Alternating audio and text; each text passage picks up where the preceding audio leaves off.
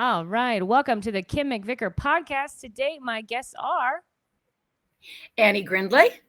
And Carla Rosati. And you guys have an acting school.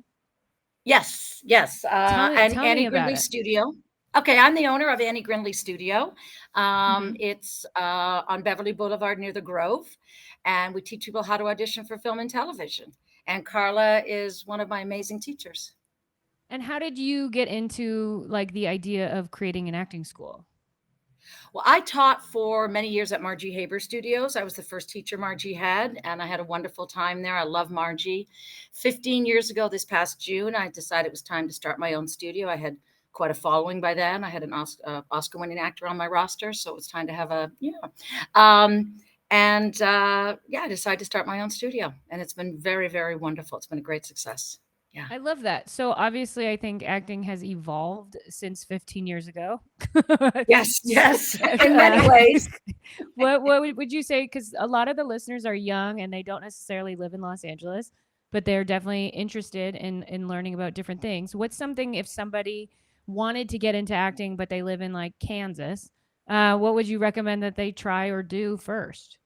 Well, I'll start off and then I'm going to pass it over to Carla. As far as what we offer Zoom classes. We have a Zoom intensive that they can take to learn the fundamentals of what we teach. And then we have Zoom ongoing classes that they can do as well. And Carla, what do you want to add anything to that? Yeah, I think the Zoom classes are a great way for people to learn the techniques that actors in Los Angeles and New York are doing. So it's not, that's the beauty of now having Zoom classes. It's the knowledge that actors have on those in the major cities. They can be brought to anywhere actually in the world, not just in the middle of the country, but anywhere. So it's good globally. And a lot of auditions are actually on Zoom too. So it is a skill set that people need to know how to do. And we're using Zoom as like just a word. It could be any online platform, but you get it. Right. And the good thing about the Zoom classes too is we really teach actors how to self-tape. A lot of actors, especially in markets other than New York or LA, they might not really understand the whole self-tape idea and the framing. We teach people the framing, which is for a drama. You want to be framed chest up, no more than an inch above the head. A lot of actors have all this wasted space above their head. And what's so important is to show you the weight of the clouds of all right, of the exactly. Drama. Yeah. And it's so important to see the eyes. Carla and I've talked about this lately. When it's a drama, I'm even going in a little tighter. You never want a floating head. That looks weird. But I'm going to soaps. I go much tighter. And it's the eyes that are so important. Comedy, we say frame it a little bigger, a little wider, because so much of the fun is in the physical. But we teach actors about that and the lighting that they would need and the background. And that's really helpful because a lot of people in other markets don't really understand the kind of background that's needed. It can't be distracting. And the lighting that's needed. Yeah. Yeah, for sure. What are like, because I feel like some people, they take acting classes or they train from somebody who they shouldn't have. And then they have all these terrible habits. What are like the worst habits if you had like your top 3 or your top 5, like never do this advice for anybody?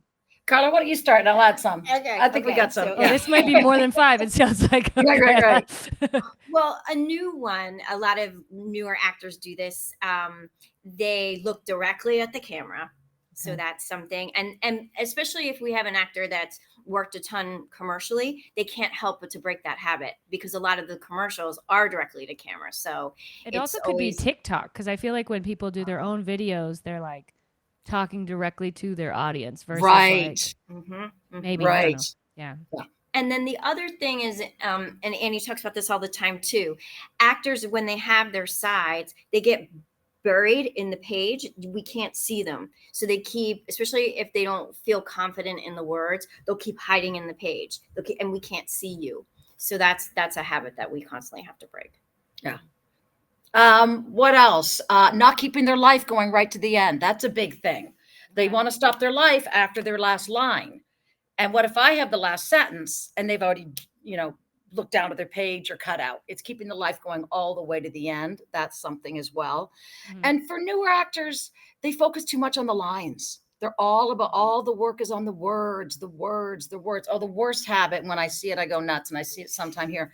When I'll go to the bathroom and see actors in the bathroom looking in the mirror doing their part. I'm like, it happens sometimes. I'm not bathroom police. I'm not a narc.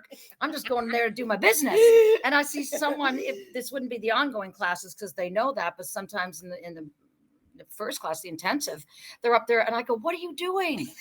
And they say they want to watch themselves. And Doing MySpace. I like to watch myself when I cry. I'm 13. and that's what teenagers exactly do. the wrong thing to do. Right. Yeah. You want to hear another Oh, thing? there's gonna be so many. This like I love Right. it. It's actors sometimes come from other places and they've been taught to scratch everything off the page other than their dialogue or the other person's dialogue, any of the direction, any of the atmosphere. If it says exterior campfire night and it talks about They say cold, it is scratch it scratch all out? that up. Yeah. Oh, Which every makes writer just got so mad wherever those writers are. This is why they went on strike, people, is because you were scratching out their work. Oh my gosh. Yeah. Well, I always say when you read a script, I mean, this is Vanessa Redgrave is quoted as saying, I wish actors would absorb scripts like they do good books. Because when you read a good book, you're there. You're not spending any more time on the dialogue than the descriptive. Now, granted, there's more descriptive in a novel, but scratching all the directive out, I say, is like reading the first page, the third page, the fifth page of a novel. How you wouldn't get the story. Yeah, So that's I'm just imagining. I have really bad seafood allergies, and I'm just imagining like reading an ingredients to like making something, and then someone not reading the seafood part, and then killing me. Like it's like that dramatic. It's like the same thing. Yeah, read everything. It's like contracts. Read everything. Read everything, and I teach my actors to read the description slowly, so that it can really, really affect them because they just race through. They're what I call line addicts. Do you think this is just off the top? So I think from my experience, and I'm probably just projecting, but people who are not good readers have a tendency to absorb scripts better because they have to read it slower. Do you know, like people with dyslexia or like just slower readers? Do you think that they are better at acting because they've had to act their entire childhood through having to read in public or whatever? Maybe, I don't know. That's a really good interesting point. That's a really good way to think of it. I don't know if it's true. I don't know if it's true at all. But I'm actually going to use that actually in my classes because I want to make sure if those people have to read slowly, they're reading the right way and really absorbing the information and putting it into the story and into their life. Yeah, because there's so many famous actors who are dyslexic, right? Yeah. Like older actors, at least that I know of. Yeah. Right. How do you think the industry has changed from like a fame level? Like I know, and full disclosure, I've taken classes. So anybody listening, I know some of it. But like you guys talk about how like the industry is no longer tolerating things they used to tolerate. Can you expand on like what you think is no longer like? There used to be diva actors back in the day where you could be like, I only want green Skittles. Now they're not like, you can't walk in like that. Right. Do you want to address that, Carla, or do you want? Yeah, I mean, I think the reason that happens is because now it's a global pull. You can get actors from anywhere, around the world. It's not just, it's just so much more accessible. So I think it's not just you're pulling actors from Los Angeles and LA anymore. Or New York. I also think it's generational. I think millennials, Gen Z, then we're going to go to the alphas. It's just a different world. People were on the same playing field. And sometimes, I think creatively it's great. Both sides of the camera let people have a voice. And I think it's because it's just the way that generation has related with each other, not just in acting, but in all careers, which I think is great. I think it's great because everybody is on the same playing field. I think it can allow creativity to flow much more. And then sometimes I don't think it's so great because there are things, there's a reason that people are experienced. Do you know what I mean? So, it's show business, not show crazy or show like right. Yeah. Or show as my it's show business. And what I found is I believe is a shift, and it's a good shift in my opinion. There was a time that how many social media followers you had really dictated whether you're going to get a role or not. And I don't feel that is happening as much. I think they tried that, and they had a lot of actors get leads on series or comedies, and they didn't know how to act. I do a ton of stand-up, and I think stand-up is also starting to go that way, where it used to be how many followers do you have, because they assume it meant more views or more whatever, but then they found out it's not. It doesn't transfer over completely, because your following may be in another country, or it may be, a different market or Right. whatever. It So doesn't you feel hurt that to have a lot of following, but it doesn't necessarily. You can have 0 followers and still have a and have career as an success. actor. That's interesting. Yeah, because I'm really finding that. There was a while that they would be, oh, how many followers do you have? How many followers do you have? And I just think they realize that they're not getting the best actors. So I like the shift away from that. Yeah, Not me to too. exclude influencers, but Well, it you is gotta a know how to different act. style too, because it's not necessarily acting. It's a little bit more zany, and them just doing whatever they want. Right, I, right. I It's think. totally a different skill. Yeah. Yeah. That's crazy. So, how did you guys get into teaching acting in general as individuals? Do you want to start first? Or I'll start. I was an actress myself, and I was studying at Margie Haber's, and she said, "You'd be a really good teacher." And at the time, I was waiting tables, and I was like, "Oh, that might be a lot more fun than waiting tables." I remember the last day I decided to want to wait tables. I was working at Cravings Restaurant on Sunset Boulevard. It was great, and a woman did this to me. She wanted some more coffee, and I was like, no. And that's when I decided that we weren't doing that anymore. So I started working for Margie, and I taught there, and then I opened my own studio, and I love it. I don't act anymore myself. I don't have the time with running the whole shebang, but it's great. I love it. How does it change emotionally as somebody to go from acting to then teaching acting? Like, because that's such a different, you can control what you can control if you're the actor, but controlling somebody else's wants and work ethics is such a different thing. How was that shift for you? You can't change their work ethic. You can inspire them, which we do constantly. And when they change their work ethic, we jump all over them with applause. But I think the creativity comes from the same place. When I'm breaking down a conversation, which is what we call them here, we don't call them scenes, we call them conversations. I'm coming from my artistic truths, and I'm coming from my talent in order to create the images that'll help my actors understand the images they have to create. So it's similar. Yeah. Yeah. Cool. Carla, what do you want to say about that? Or how'd you get into acting? Yeah, or to teaching? Well, I got into teaching. Well, Annie was my amazing teacher, so she inspired me. And I remember being in her class, watching her teach, and how she inspired people. And I was like, I want to do that. I want to do that. And then I realized I didn't want to be in front of the camera. I shied from it, but I loved the script analysis. I loved the creative process. So I started to teach with improv first. And then as soon as Annie opened up her own studio, I called her and I said, hey, if you need a teacher, I would love to come and work for you, because it was my dream, because I wanted to teach under somebody that inspired me to want to keep using my imagination and creating, no matter what side of the camera that you were on. So that's how I got into teaching, and I love it. But I'm happy I'm on the other side of camera, not in front anymore. I'm your co-creator. I'm there to help you. Whatever you give, we just keep, pushing through whatever it is that you imagine. Do you know what I mean? I can suggest to you. And of course, as Annie said, I'm going to suggest from what locates for me. But if that doesn't locate for you, we keep trying to find and piggyback off of, first and foremost, always what the actor brings in. And then I'll continue to suggest that way. So it's not always what locates. Right. And you guys have a free class so that people can come in and see. Yeah, we do it. Yeah, we do a free workshop. We don't let people audit the class because it's a small room it's not a small room, but there's not enough room for actors to sit in the back and not be noticed. It's not like we teach in a theater. So we do a workshop instead, a free workshop every Monday from 1:30 to 3. And actors bring their picture and resume, and one actor volunteers to work. And we break down a conversation. They see how we do that. They see how we critique actors. Yeah, you learn a lot in an hour and a half, and it's free. One of the things that I loved about it, and that made me sign up for me, was that, like, I don't want to be in an acting class that, like, makes us all hold hands and tells our most dark stories. And, like, it becomes this really traumatic therapy, especially with phones now. Like, maybe in the 90s it would have been cool, but, like, I'm so afraid things are going to get out on the internet. Yeah, I have a lot of demons, internet, but I don't want them out there.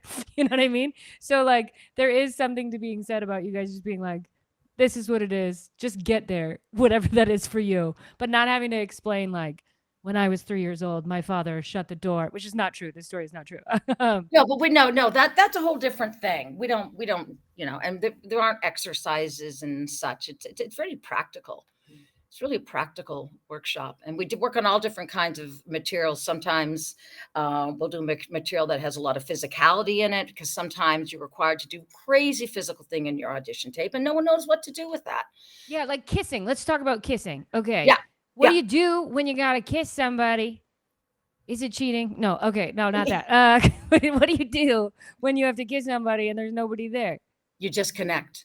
You don't say when it says kiss, You just- think, no, this, Okay.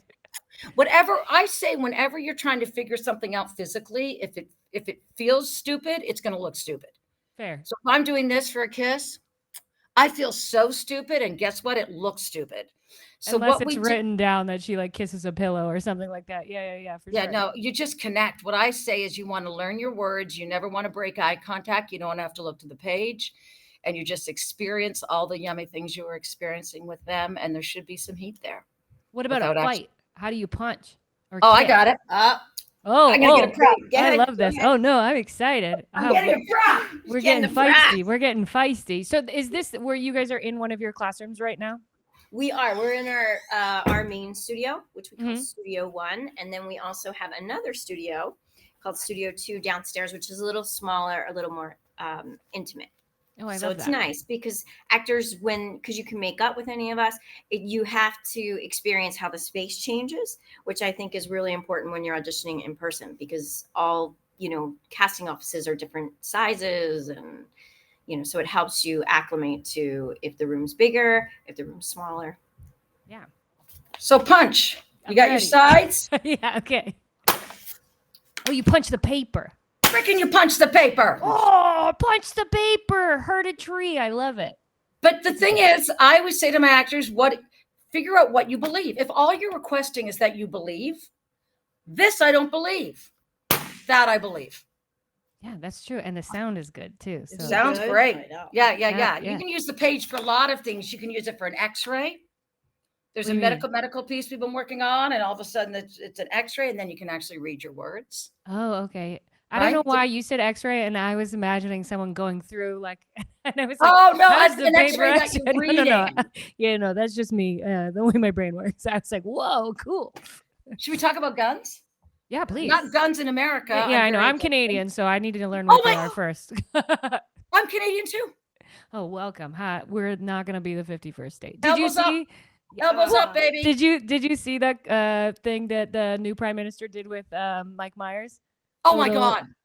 It's so good. Oh, I loved it.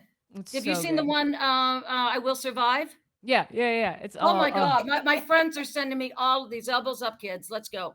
But yeah, guns. I'm doing new bits on how Canada is not happy with America right now. But it's Where are you very from, fun. Kim? I was born in Vancouver, but raised in Toronto. Oh my God. I'm from London, Ontario. I went to school in Okay. Toronto. I went to York. Oh, okay. I know where that is. I went to Yeah. Unionville High School, which is a drama. Actually, I did go for drama. I used to be a dancer. I have like a weird life. Yeah, I've always been in the entertainment business in one way or another. I'll never a have a varied real life. job. I'll never have a real job. Which I'm fine with. It's all, I'm very happy. I'm very lucky. Do you want me to Yeah. get back to guns? Oh, yeah, let's go Canada. Yeah, let's Canada. go. Maple No, no, syrup no, and guns because here. these are things I'm going when to you're call this asking episode about- Maple Syrup and Weapons. I love it. No, a gun. This is not the gun. Right. This is showing. That's not how you hold a gun. This is experiencing. If you cock your finger there, that's how you hold a gun. But no one should have a gun. Like, even if they have a toy gun, even if it's a shoot at your own home. Yeah, a self-tape. I don't I know. I don't like the gun. Now, I think most casting directors, it makes people nervous. Do you know what I mean? Especially in these times right now, so definitely not in person, but even on a taped audition. I think if you can do the technique Annie's showing, Yeah, some people use a phone. they use their phone. That Okay, because works. you My can hands tell are that it's not a small. gun, but it's also not like a big orange fake, like, what are those little water guns? You wouldn't want that either. No, those look silly. And for any time, Kim, and it's all personal. But when I've seen an audition and there's a real gun, I'm like, why do they have a gun? Yeah. it takes me out of it. And I don't think I always say to my actors, does that win you anything? Does that help? Mhm. And if it doesn't, get rid of it. But the phone works really well for a gun sometimes too. This does not work.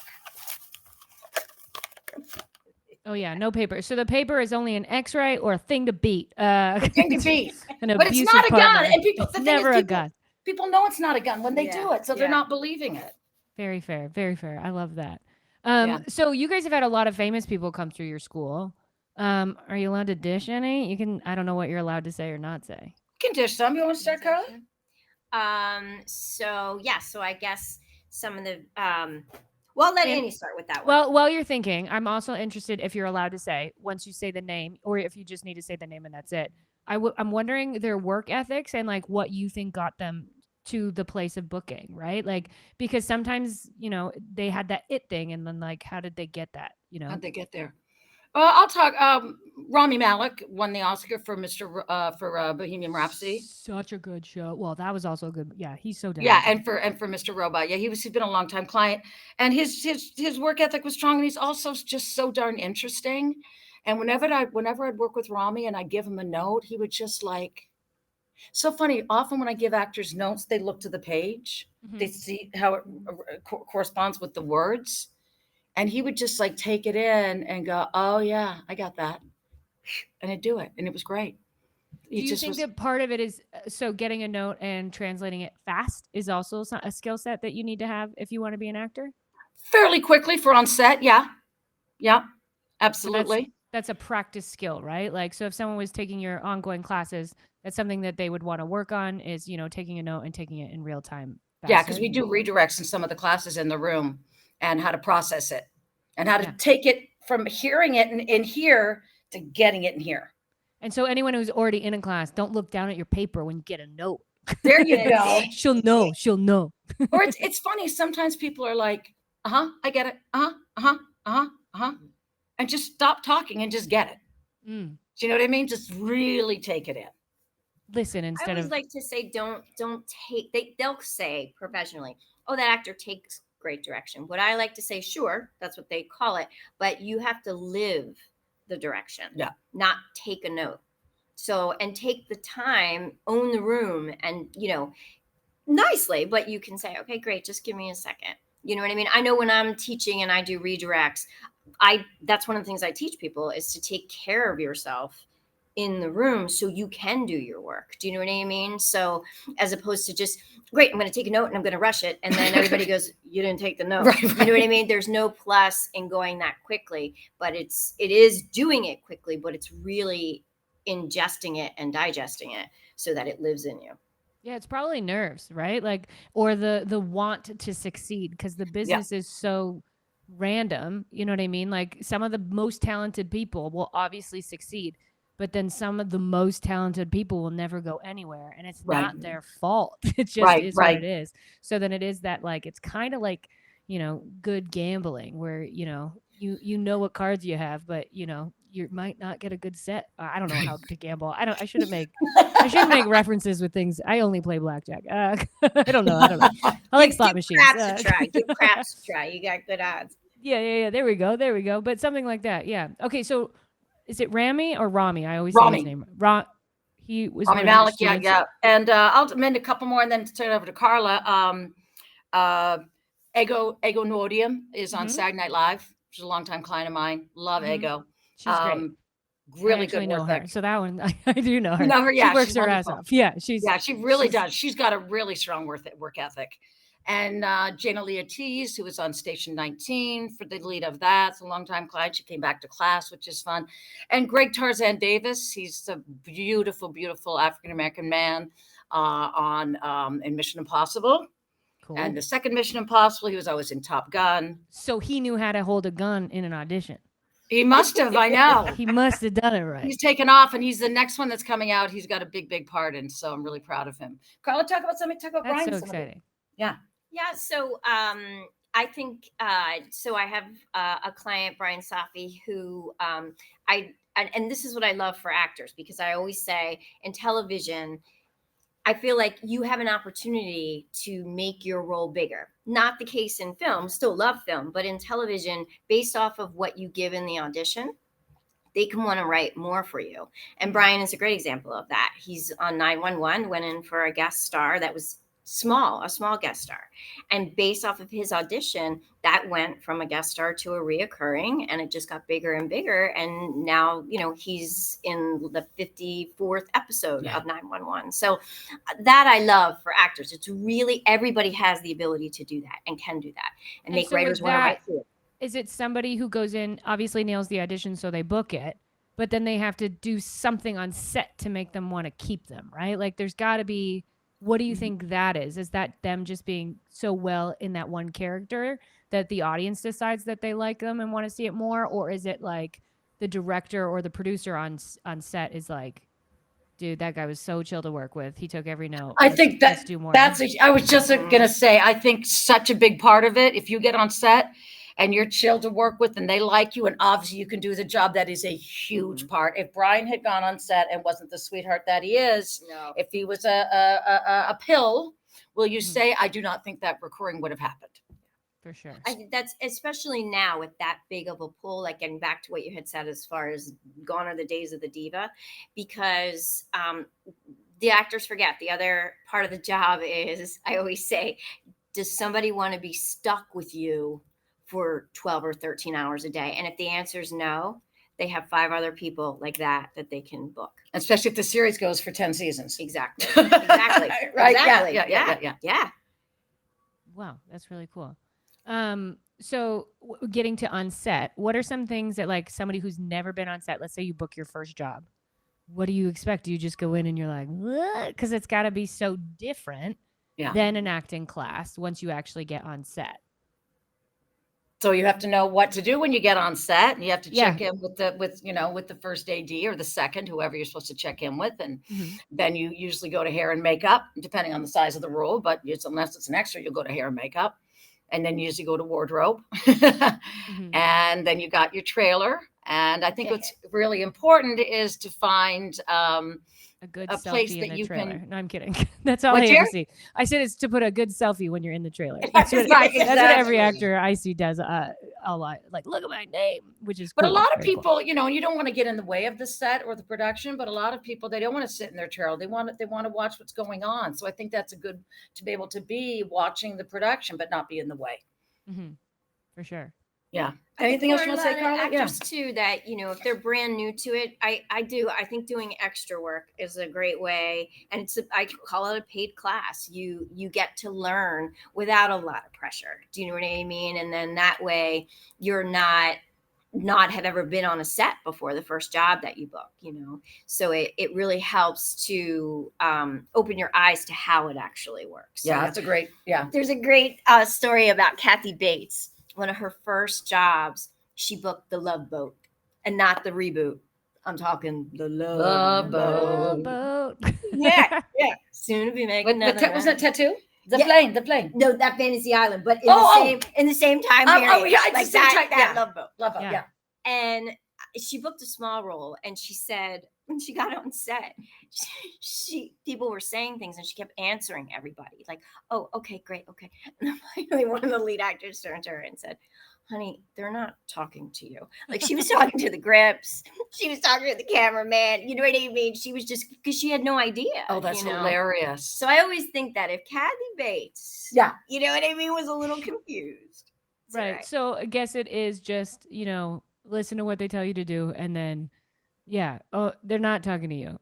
No, they're not talking to you. No. But I think extra work is it's great to just at the beginning, and then there'll be a point I can't do extra work anymore. I remember I did it once when I was way starting out. And I'm like, no, never again. I've done extra work before, and there's always crazy people. There's some crazy people. If you're ever trying to I did extra work. Oh my gosh, this is one time this chick was next to me, and it turned out, I don't know if you remember Fresh Prince of Bel-Air. Yeah. But there was an episode of Fresh Prince of Bel-Air where he's trapped in the basement and the girl takes off all her nails, and she was like a day player. But for whatever reason, her character was like something that I always loved. And then she was just a background extra. And I was like, wait, are you? And she's like, yeah. And I was like, in my head, I was like, whoa, the world is so small. And also the ride of the entertainment business, right? Like, wow, save your money. It's not, you let's say you do get your first job. It's not going to be there forever, like. Right.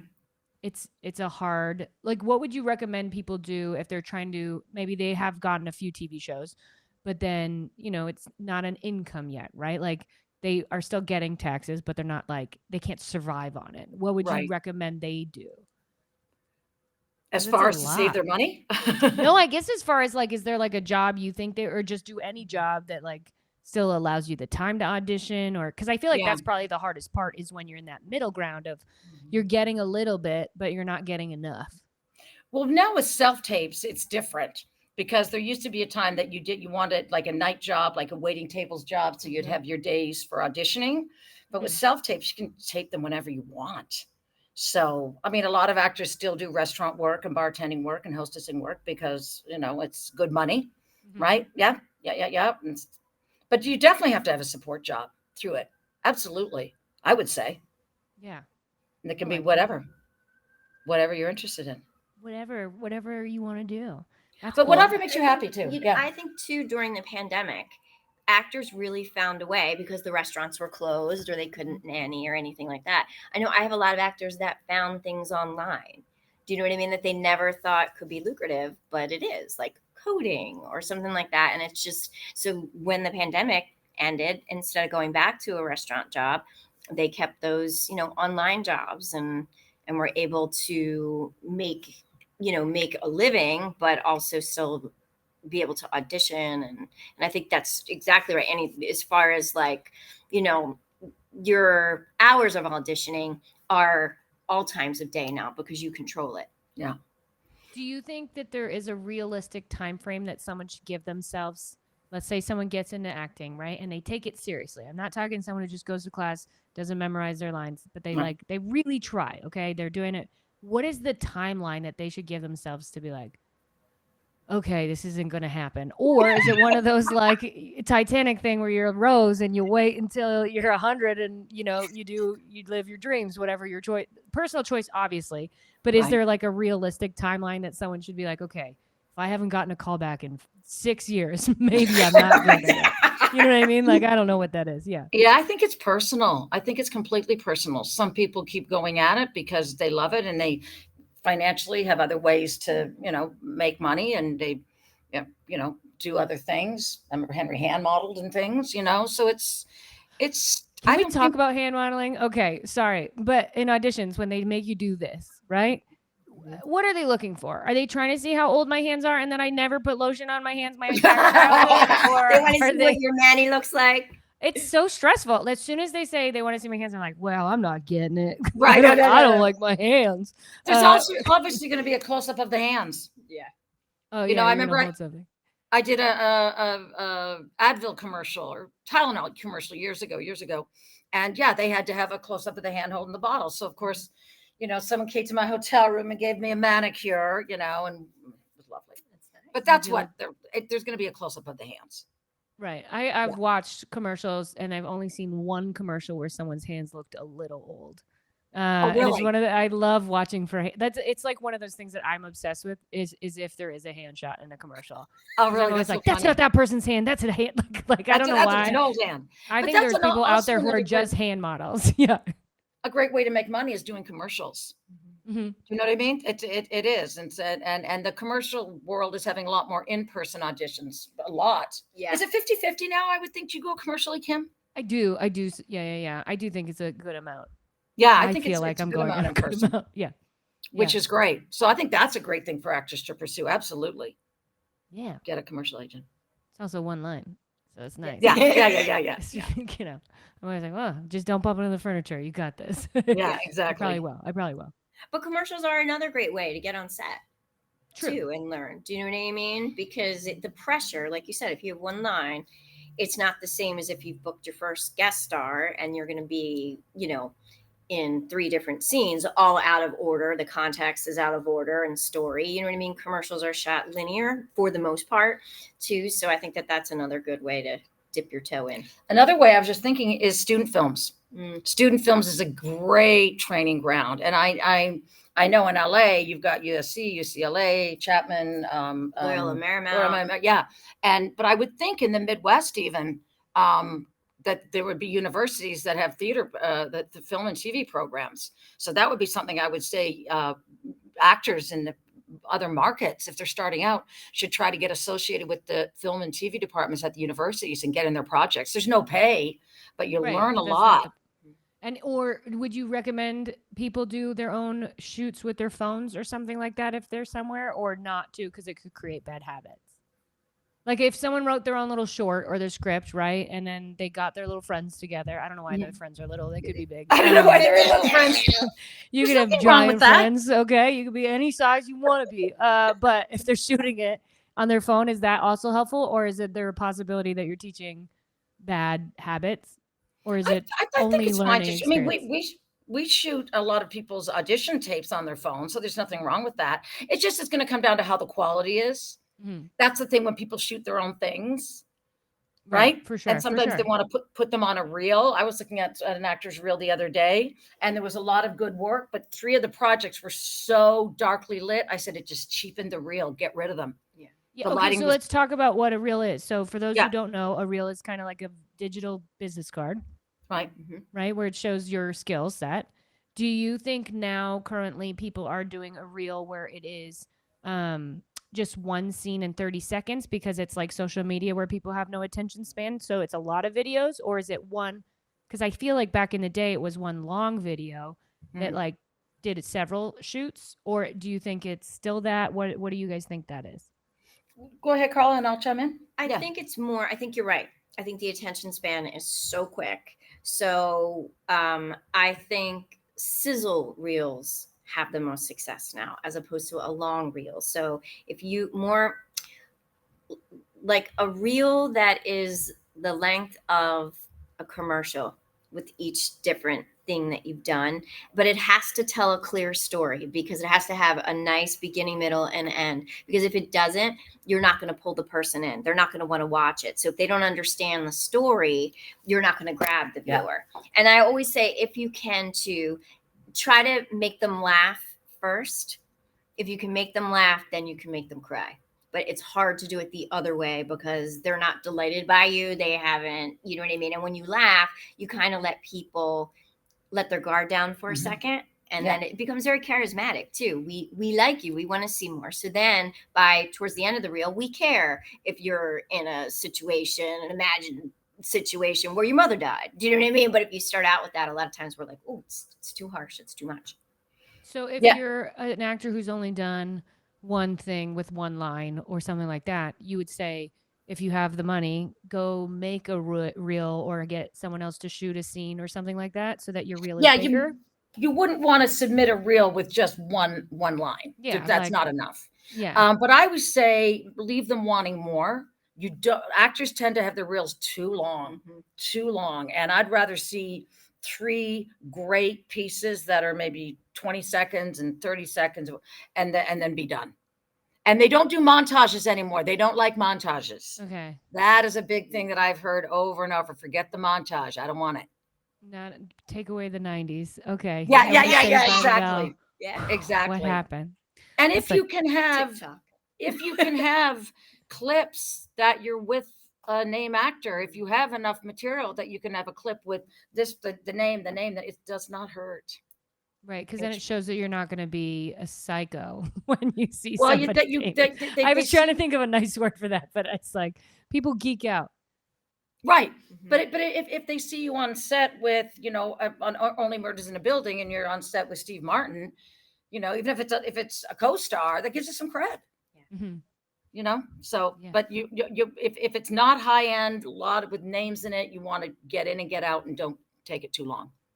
And I genuinely think the entertainment business has room for everybody. And I think that that's something that, like, there's some younger people out there who don't think that they have the right look or the right whatever. But and I would love your opinion on this as well.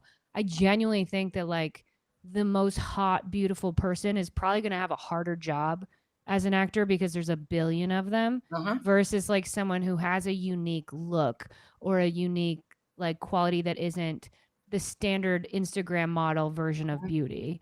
Do you guys agree with that, or what do you think? Like someone who doesn't feel like their physical self is what is the hot hot girl or hot guy, either or. You Yeah. know what I mean?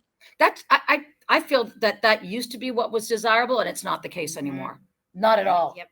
Not at all. I was watching Severance last night. I'm trying to catch up Oh, before the so second. good. I just I finished it know. last I night. know. We were rewatching the third episode of the first season, and I turned to my husband. I said, "Every one of these actors is so interesting, and none of them are gorgeous, and I love it." Do you know what I mean? Yeah, that's probably why it's doing so well. Right. So stop getting Botox so that you can make an expression. I just don't feel that's the trend anymore. I really don't. And I don't see my actors that are the best looking getting more auditions than people who are character or just, no, I don't think that's the case anymore. And then I so think, that's what if you get an audition and it says like how would you be able to if I'm not me specifically, but somebody listening, if they're trying to figure out what their type is, how would they go about figuring that out? I always say, watch actors that speak your language, whether it's comedy or drama, meaning that when you watch it, you're drawn to them because you guys you have a similar essence to them. Yes, you can see people who you look similar to. That always helps, but it's also don't just keep it to, if you're a female that you relate with a female. It's actually, I think you can find your typing when you go with the opposite sex, because you're like, I am similar to so and so, but I identify as a woman, so it's the female version. So it's an easier pitch for your agent then too, if they're like, she's the female version of blank, right? Like that's an easier pitch because they're not directly comparing you to somebody. It's kind of like if a singer does a cover of something Whitney Houston did, good luck. Right. You know what I mean? Yeah. Versus like if a male did it, it would be different because they wouldn't identify it in the same light. That makes sense. That's great. And I like we said, because it's not just about but physically but what your essence is, because that is such a big part of it. You could physically look like somebody, but you have the same essence. Right. Yeah, because different people can get away with different things, right? Like, and that's just the world. And sorry, that's sorry. That's just how it is. I know. I was in there. Say something about, when actors will get the breakdown, sometimes I'll say they'll shoot themselves on their foot. They'll go, oh, I'm completely wrong for this. I will be never casting this. I'm not right for this. And I say, guys, your job is not to cast it. That's the casting director's job. Give them that job. Let them do their job. Right. You tell the story from your truth, from your point of view, and let the casting director cast it. Because if you're going, I'm not right for this, you're shooting yourself in the foot completely. So your job is not to write it. So use the words on the page, don't improvise. And your job is not to cast it. Your job is to tell the story. 100 years ago, I worked for Slater Brooksbank Casting. Wow. I don't even think that they're a thing anymore. This was back when girls were wearing dresses with tear jeans underneath them as a look. So that's how long ago it was. And it was back when you would pull photos for actors. And I would pull the photos just because that was what my job was. And I would always pull people I wanted to meet as well as people who were right for it. So like I loved All My Children, and there was this actress in All My Children that I pulled in. And I think it was Steve who was like, she's not right for the part. I'm like, I know, but I just want to meet her. And then all my friends were like, who wanted to be actors. I didn't necessarily want to be an actor at the time. They were like, that's so mean because you're making her take her day off, come in and da-da-da. I'm like, no. She could still get the part. You know what I mean? Right. Or they could cast her in something else. Like my opinion was, yes, she's going in purely because I wanted to meet her, but it was hers to get. Like it wasn't, she could still have had the opportunity. Do you think that was mean of me to do? No, not at all. No, because I always say your job isn't to book the job, because the truth is you're gonna not book a job more than you are. Yeah. Your job is simply to get casting director fans in your stands, or become a producer pick, or a director pick, because that woman that you're talking about, and you said it, she might not have been right for that, but she came in, you loved meeting her, and you want to, like, going back to what we said, you'd want to be stuck with her on set for 12 hours a day. So you guys are going to find her a job. Yeah. You know what I mean? It's an opportunity. And especially if you're auditioning for a casting director that casts multiple shows too. I always tell people that, like, when you go in, for, let's say, 911, that casting office casts so many different shows. So it's like you almost got 5 jobs in the future in one audition. And it may take you time. I don't mean it's going to happen quickly, but I mean, because casting directors will bring you in, if they like you for this show, then they'll bring you in for a different show, and then shows in the future too. That's, that's their job. People say, well, if you keep going in for the same job, I always say it's not a matter of if at this point, it's just a matter of when. Absolutely. Yeah. It frustrates me sometimes when actors go, oh, I went in for Chicago Fire. It's the 6th time I've been in. I'm like, that's a good thing. They like you. They want to cast you. That is a good thing. But you have to change your mentality. Because if you approach it like, oh, damn, I got to do this again, then they're going to smell that. As opposed to, I'm getting close. Yeah. They want to find the part. If someone's at home and they want to be an actor and they know nothing about any of this, how do they know if the casting person is real or if they're going to somebody's house by mistake? Like what? Like I'm talking like super green person out there is online Googling, like trying to get auditions. Hopefully it's through a casting website. I guess that's the first step, is get on a casting website, right? If you're brand new to the industry and you're just trying to get auditions, right? Is there a way to tell if somebody is a no bueno person, like don't go there? Or well, I'm thinking you're talking more in the Midwest, right? And I'm thinking anywhere. My opinion would just be like, if it's a house, don't go. But right. That's the first step. But also, like, anyone can rent out an office, you know what I mean? And say can anyone just say they're a casting director, or there is like a union, right? And I mean, right now there's so little in person. So if you're being called in person and it's not somebody you know, I would be worried about that. Yeah. Because they're not, Google them, I guess. Like Google them or find out. Yeah. Because I would be very reticent to suggest any actor go to meet a casting director in some place they've rented, because people aren't having people in person right now. Yeah, and I think especially, I'm thinking of kids, especially, and parents out there. Like, I feel like you want your kid to achieve everything so hard, and you want your kid to succeed. So I don't have kids, but like that they would do anything for their child. And so, like, what would you recommend someone who has a child do for acting if they're trying to get their kid into acting? And it's the child that wants to act, not the parent wants to. Yes, thank you. Very clear. I was going to say that on what I'm trying to say right now. Because you can tell. The kid has asked to be an actor 1,000 times and does go home and read the script versus the other way around. The mom wants them to be. The momager, the dadager has big dreams. Toddlers and tiaras, that kind of thing.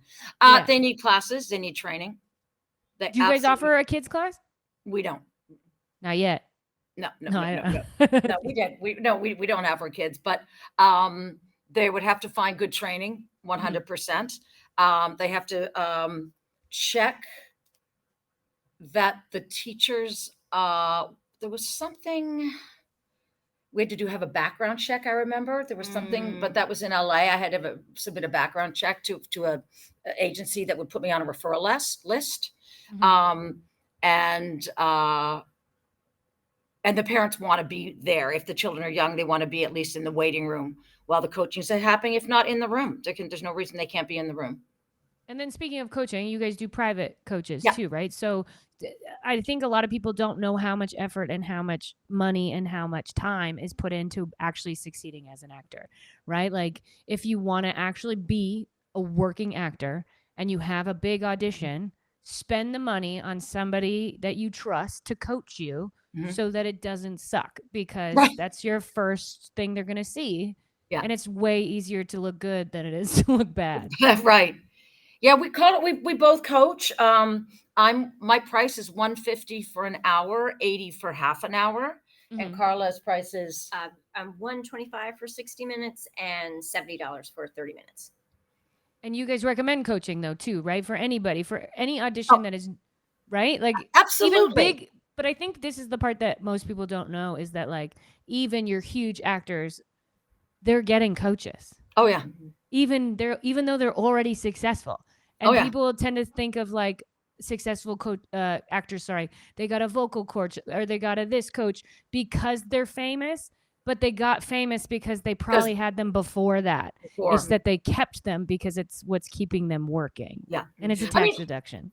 I have a lot of actors, and I mean, you want to avoid teachers that press you into being with them, that demand that you must coach on everything, that if you say you have to take a month off, they're like, oh, put it on a credit card. Those, you have to avoid classes like that or coaches like that. And I have some actors that don't coach on everything, but coach on the bigger, harder ones. It depends where they are in their level. And I have actors that coach on everything. It's totally up to them, but it does help. Absolutely. Especially in the beginning. Like if you're new, Yeah. I think you should just like, to me, it's like any sporting event. You know, you're not going to just join a soccer team and not learn how to play soccer first. Right, Like, right, it doesn't make any exactly. sense to me Yeah. that people go into acting and they're just like, well, I'm an actor now. And it's like, what? You can't just say you're an actor. No, Like, you this is can't, not how it exactly. works. You can't just be like, I got a picture with my face on it. So Right. It's I so am an true. actor. It's so true. Which I guess you can in LA, but whatever. You're not People going to do get that very for- far. No. You know, Right, you right, have right. to have training. You have to have training and you have to have talent. Put those together and you can do something. All right. Is there anything else that you guys want to like just share with the ether of the world? I think self-tapes are pretty much here to stay. Okay. And I think it's important that actors don't think of them as the enemy, Okay. that they can be their friend. And, but I also think, this is something actors should not tape 40 takes. It deadens it, it deadens it, that. it deadens it. It does. You don't send the last one, you send one near the beginning. I say 2 or 3 takes is all you need. And what if That's- you book it? Look, okay, so let's say you did 40 takes and then you book it. You think you're gonna get 40 takes? No, As exactly. a one-liner? You're gonna get Like, let's be 40 real. Mhm. You know, like, so it's It's also the good actor's practice. desire to be perfect that gets in the way. Mm. Because as human beings, we're not perfect. We're flawed. We're broken. Except we're for messy. the 3 of us, but yeah. There you go. Do you want to say anything else about that, Carla? Well, I'll piggyback off Yeah. of that. I always say, the mistakes are job booking moments. When something goes wrong and how somebody handles it, because they've heard the same words again and again and again. And then when a mistake happens in an audition, that's what really grabs people's attention. And they want to see how you can make that mistake a gift. And they're the top moments of film, big films, Casablanca, Jaws, The Godfather. The mistakes are what they kept and what made, those moments famous. So sometimes I have some of my working actors who, when an audition, it'll go well, but they're like, there were no mistakes. They know the mistakes happen because they There know. was no, it was perfect, and I'm upset. It was about perfect. Darn it. Yeah, Oh, they that's love it 'cause they hilarious. know how to spin those mistakes into gifts. I think that that's a life lesson. So I used to be a dancer, and I used to be like the token white girl in a lot of rap videos. And the only time I would book a job is if I made a mistake. And I started to figure that out, and I was like, oh, it's because of how I'm handling it.